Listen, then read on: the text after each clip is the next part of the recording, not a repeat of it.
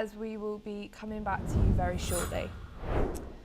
Ukrainian President Volodymyr Zelenskyy says the next round of talks with Russia will take place in Abu Dhabi in the near future, following what Ukrainian officials describe as really constructive discussions. Kyiv confirms the latest US-brokered talks have now ended, with Ukraine pushing strongly for further prisoners of war swaps.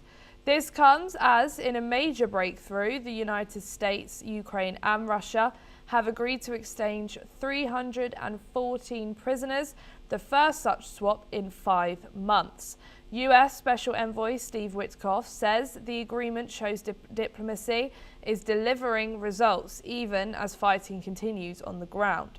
Russia's defense ministry says it has already received 157 servicemen and 3 civilians, while Ukraine has taken back 157 prisoners of war. The freed Russian soldiers are now in Belarus receiving medical care.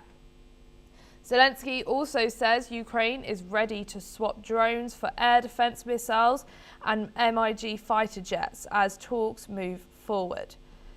We are now being joined by Dan again. Thank you for joining us back.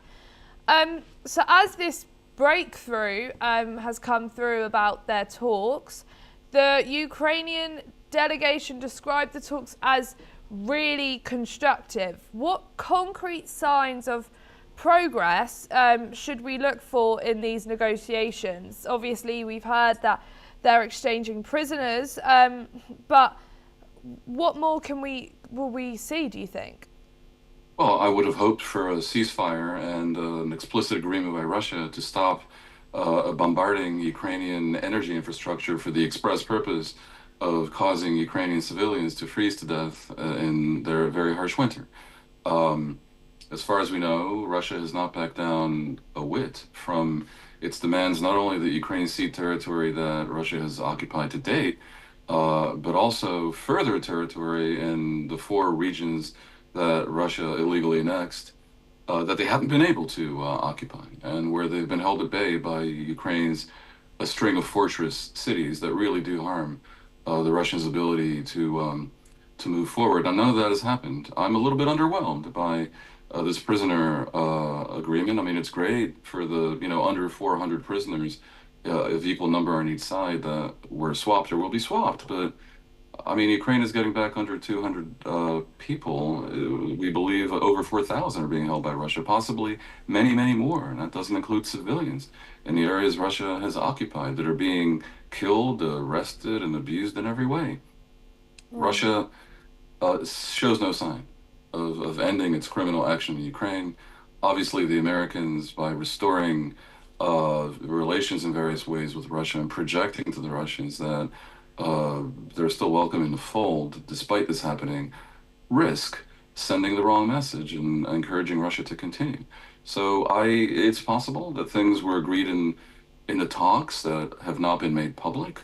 But if one is to judge by what has been made public, I see no particular progress towards anything that could lead to an end to the war. And if anything, we saw this week Xi Jinping and Putin, deepening their ties, having this talk, signing alliances with Iran, basically projecting to Russia that China will continue to enable its aggression in Ukraine to continue as it buys about half of Russia's oil and greases the wheels of Russia's war machine.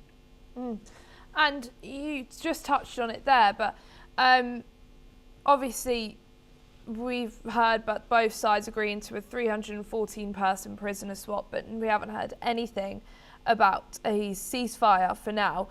Given that conflict is still happening in both countries, as talks proceed with Russia attacking Ukraine still, how should negotiators balance immediate tactile gains like prisoner swapping with the long-term strategic goals of ending the war and securing Ukraine's territorial integrity?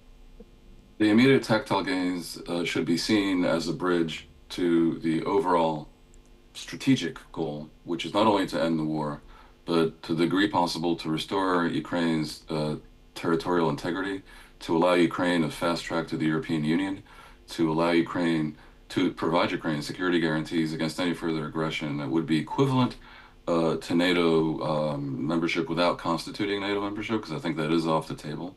And in general, to act in a manner that doesn't reward Russia, such that it might encourage belligerence elsewhere, for example, by China and Taiwan, where just this month, rather just this week, we hear further bellicose comments from Xi Jinping.